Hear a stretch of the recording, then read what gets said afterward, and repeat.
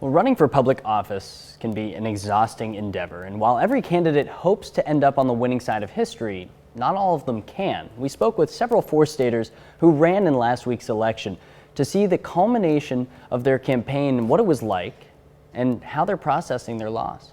Leading up to election night, Josh Shackles watched as the votes for him poured in.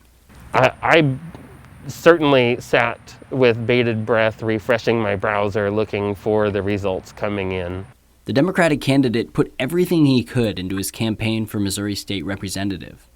And now, it had all come down to this. Throughout the day, I received so many messages of support from people in the community, friends, family, people that I hadn't heard from in years.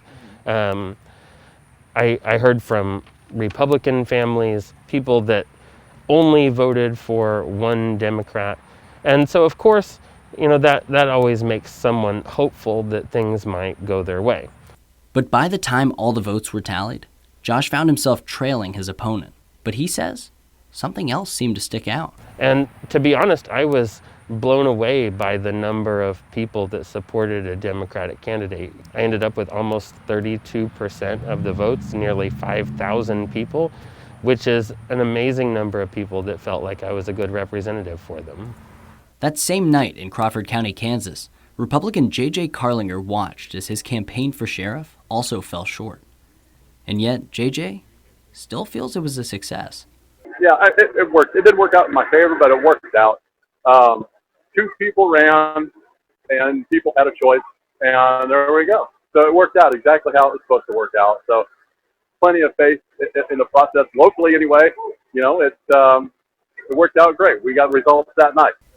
There are more than 500,000 elected officials in the United States. In last week's election, tens of thousands of Americans ran for some of those seats, only to wake up on Wednesday morning without a new title. But on both sides of the aisle, there are ones like Carlinger and Shackles who not only respect the process, but they know you don't need a new business card to play a role in the place you love. That's in my DNA. I'm always going to be active, always going to be part of the community. It started long ago. It's going to continue until the day I die. Anytime that you decide to run for a public office, it is going to be a win or lose situation, and everyone that runs has to be prepared for that possibility. Ultimately, the will of the people will always prevail, and it's important to respect the will of the people and to continue to be a good representative of the people that chose to vote for you even after the election is over.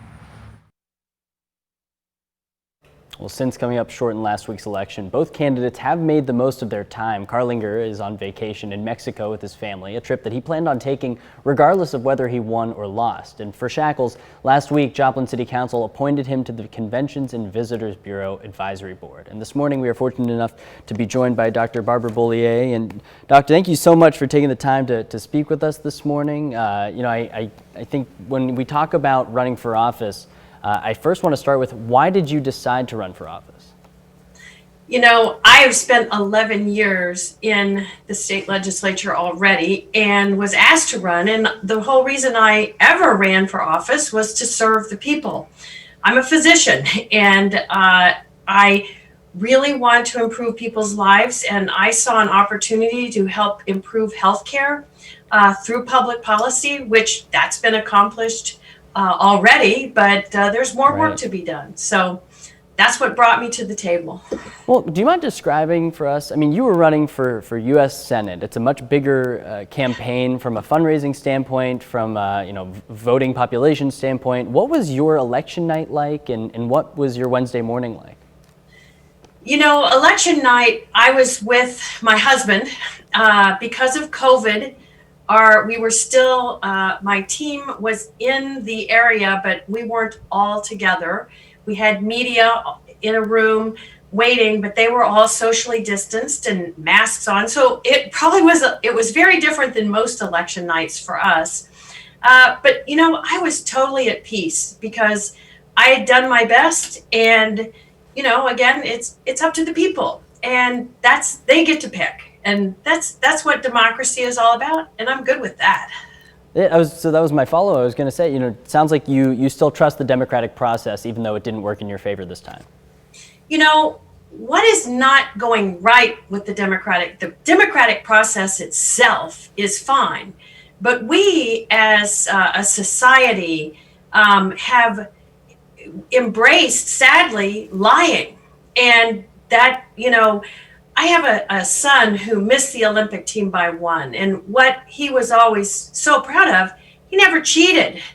And there are rules in place for when you're an athlete, that you get tested and checked, and you can't do that. If you do, you're out. And in our election system now, people are perfectly allowed to lie, and there's no check on that other than saying they've done it, and people don't seem to care. So I think we need to very carefully examine our democratic process and hold people accountable when they lie. That's what needs to change. So as that, as that, that's something that, it sounds like it wouldn't change overnight. So for anybody who's considering running for office in America moving forward, I mean, what advice do you have for them? But maybe on that front, but just in general, I mean, what does it take to run for public office? Well, in general, besides needing an incredibly thick skin, Right. I've always done it out of a love for the people. And for me, it's not about the win or the loss. It's about the process, not the quarry, but the chase, not the trophy, but the race. I won the race, and you need to be confident that you're winning your race, whether you win the vote or not. It's about offering yourself for good public service and being willing to do the job once you get there. And I've always done that. And, it doesn't take being elected for me to serve the people. So, I'm hard at it already. I am still a state senator, so there's a lot of work that still needs to get done. Absolutely. And I've already been busy, just picking up where I left off from the campaign and helping people in our state. And that's who I'll always be. Well, we really appreciate you taking the time to join us this morning and talk about this. Hope you're doing well. Hope you're staying safe. And we will have this conversation and more on our morning show page at KOAMnewsnow.com. And we'll be right back on the KOAM Morning News on Fox 14 right after this.